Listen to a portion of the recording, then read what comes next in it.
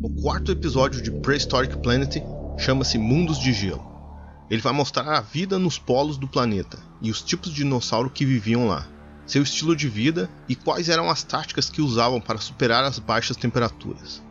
E o interessante nesse episódio é que, por mais que ele se passe nos polos, vemos muitos ambientes diferentes.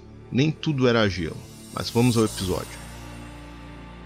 O primeiro dinossauro que aparece é um tipo de dromeosauro, que desperta com a chegada da primavera, depois de 3 meses de escuridão. Ele tem várias camadas de penas e assim não perde calor corporal. Ele vai verificar nos lugares que tinha comida antes do frio e acaba achando um inseto.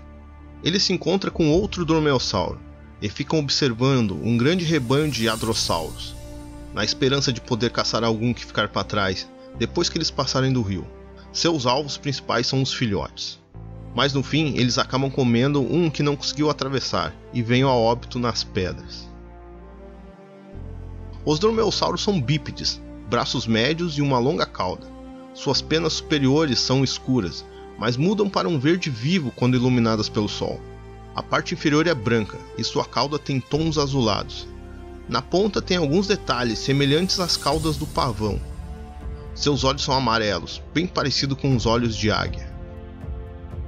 Um grande rebanho de um tipo de hadrossauros aparece no meio do gelo. Eles migram para lugares com mais alimento.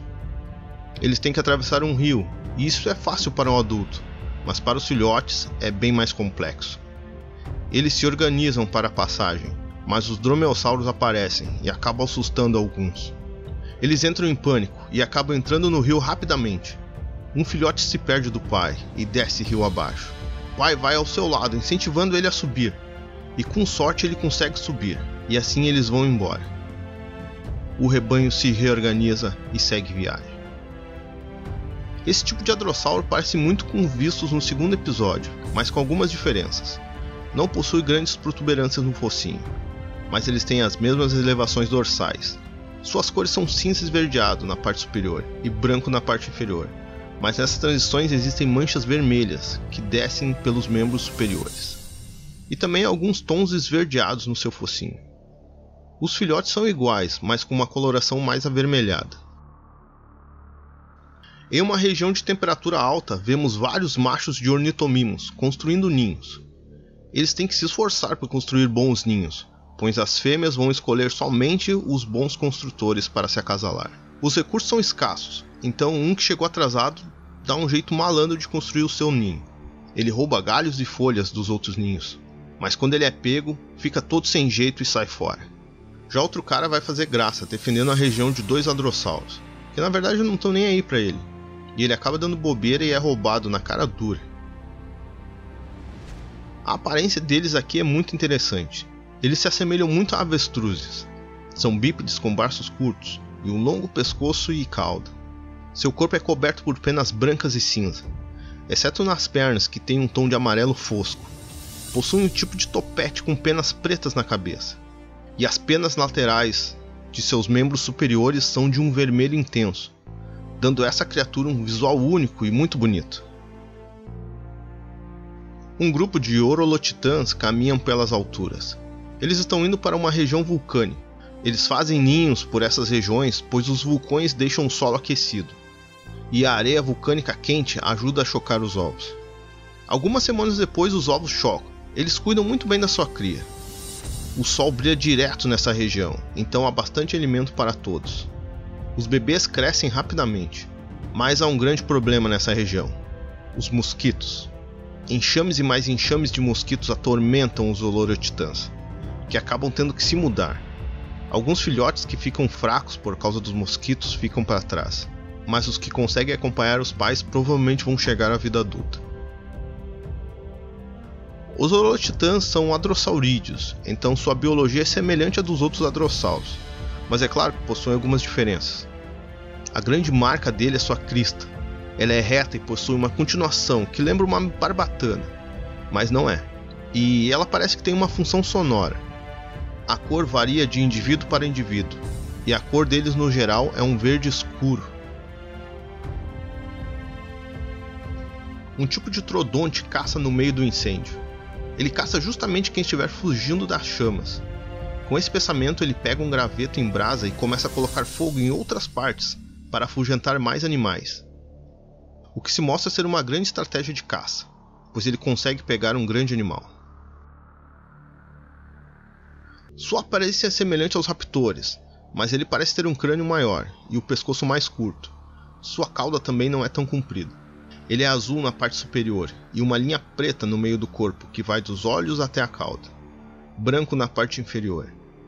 Possui penas longas na cabeça e na cauda, e grandes penas nos membros superiores. No meio da floresta, 3 jovens antarctopeltas estão indo para o seu abrigo de inverno. Uma caverna que eles vão desde filhotes. Mas como eles estão maiores da última vez, os 3 não cabem mais na caverna. Assim, um vai embora e fica sozinho na floresta. Mas ele vai atrás de outro abrigo, cruza por um bando de hadrossauros fugindo do frio. E o antarctopelta solitário acaba achando uma boa caverna e bem maior do que a outra, e assim encontra o lugar perfeito para descansar. O antarctopelta é um tipo de anquilossauro. Ele é quadrúpede, tem um pescoço pequeno e uma longa cauda. Seu corpo é protegido na parte superior por uma dura couraça. E ele também possui algumas saliências, semelhantes a espinhos. Sua cor predominante é o marrom, mas tem alguns tons de verde nas suas escamas. Um bando de paquirrinossauros está na neve, procurando comida. Alguns machos brigam entre si, por posse de território, mas um velho macho aparece e põe ordem na casa, mostrando quem manda no bando. E tudo tá de boa, mas 3 nanuquissauros aparecem e o clima fica tenso. Os paquirrinossauros vão para um lugar mais aberto, onde podem fazer uma formação de defesa, para proteger os mais fracos do grupo. A nevasca é grande e fica mais difícil de enxergar. Os nanuquissauros testam as falhas na barreira, e conforme a nevasca passa, os bichos ficam mais nervosos com os ataques. O grupo foge e os nanuquissauros seguem na perseguição. Um cara mais fraco fica para trás e tem que se virar sozinho contra 3 nanuquissauros. Ele tenta resistir, mas não é páreo para os 3 e acaba sendo abatido. O paquirrinossauro é um ceratopsídeo, grande herbívoro, macio e pesado. É quadrúpede e possui uma crista óssea ao redor do crânio, com 2 a 4 chifres maiores nas suas pontas. No seu focinho existe uma estrutura óssea que é bem característica e é difícil de descrever. Parece uma marreta acoplada na sua cabeça. E também possui algo que posso dizer ser protopenas na lombar. Sua cor é um misto de vermelho musgo e marrom. E a coroa óssea tem uns tons mais esverdeados.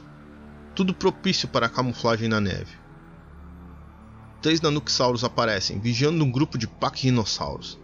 Eles observam por um tempo, analisando as probabilidades de ataque. Quando os paquirrinossauros fogem, eles vão atrás, esperando o momento certo para o ataque. E com a forte nevasca, eles se camuflam e ficam apenas observando. Às vezes tentam uma investida para ver as falhas na estrutura de defesa dos paquirrinossauros. Quando a nevasca baixa, os paquirrinossauros fogem correndo, mas um acaba ficando para trás e os nanuquissauros têm a sua chance de atacar. E assim conseguem sua caça. Os nanuquissauros são terópodes, então são bípedes com braços curtos e um grande crânio.